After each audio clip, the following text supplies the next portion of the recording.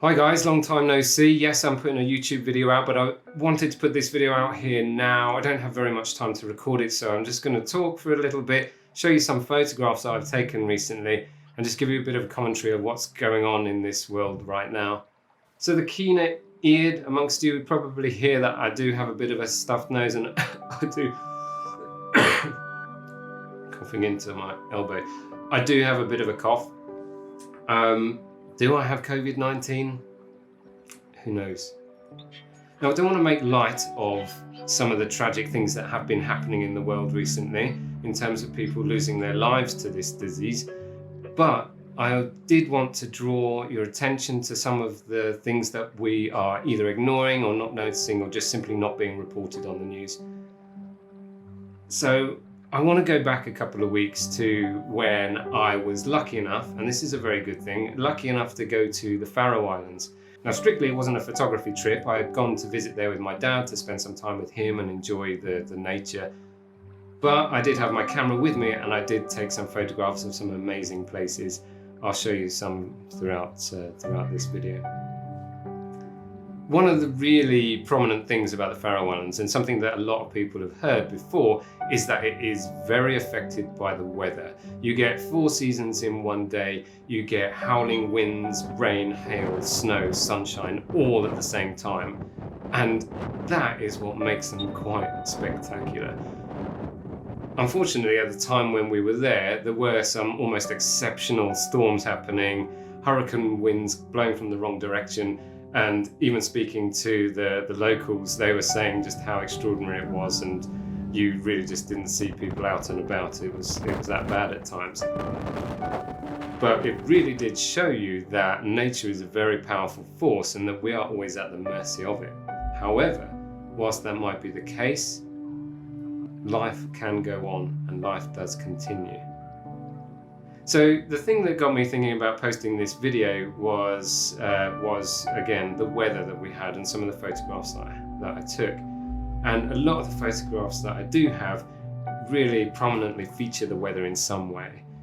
Whether it was a small village getting drenched under a relentless rainstorm, or standing on top of a cliff watching a snowstorm come in from the sea, obscuring all the other islands around, it really was spectacular. And I've taken some of my favorite photographs of the year so far there.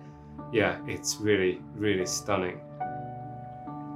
Well, there was one particular photograph that I took, and it was from the side of the road on a journey back from a day trip.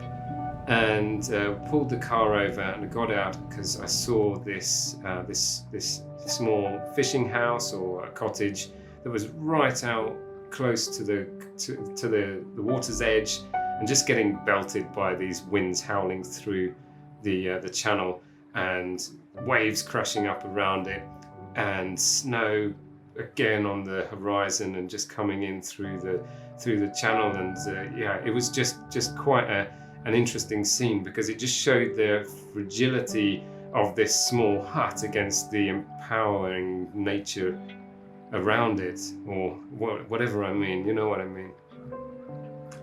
And yeah, it was a beautiful scene, but it was also brutal to stand there getting blasted in the face by the wind and just having to clean the lens off constantly to make sure I didn't have any water drops or snow drops, as it was at the time then. And the thing that got me thinking was when I posted this image to Instagram. So in my post, I did mention that the Faroe Islands at this time have actually appealed to tourists to postpone any trips to go and visit them because of the spread of the virus and the fact that they have very few people who've contracted it so far. And it's very sensible. I urge anyone that is thinking or was thinking of going, or was planned to go, to just take heed of that advice and just do the responsible thing. On that note, we can look after ourselves, but there are the more frail amongst us in our communities that are the ones that really get affected by this. But that brings me on to this point that I'm going to make now. So the negative things that are reported in the news, the number of people who've contracted the virus, the number of people that are unfortunately losing their lives, what they haven't really revealed or explained is that most of these people who have contracted the virus actually get sick just for a couple of days, and then they start getting better, and then they're immune. And the one thing that strikes me of the similarity with what is happening right now and what I witnessed in the Faroe Islands is that we see these things, these people, the buildings that are getting belted by the elements, and we look at them and think of them as completely fragile and completely at the mercy of the surrounding environment. Now, this building that was on the edge of the water was getting belted by a storm, and it wouldn't have been the first time that it was. But the thing is, when these storms in the Faroe Islands are over, the buildings are still standing. The people are still living their lives. They come back out from where they've been hiding, and life goes on. And whilst we might feel that we are now threatened by Covid-19 and the coronavirus, and that we're taking all these actions to protect ourselves or limit ourselves, the fact of the matter is that a lot of us may get the virus. Who knows if I have it now? A lot of us will get it, and a lot of us will get better, and we will come out the other side of this stronger, better, more immune to this threat.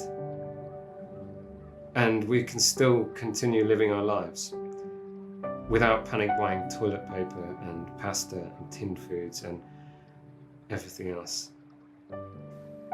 So I know that this video has probably been a little bit heavy, but I don't want it to be a very negative thing like the rest of the news. I just want everybody to think about and understand that whilst there are some frail among us that might be more heavily affected by the spread of this virus and this disease, life will go on, and life can go on.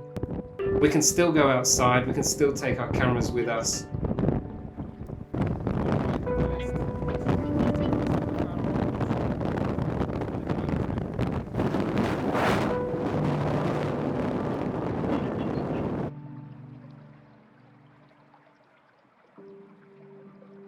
Look after yourselves and the people that you love amongst you and the more frail in your communities.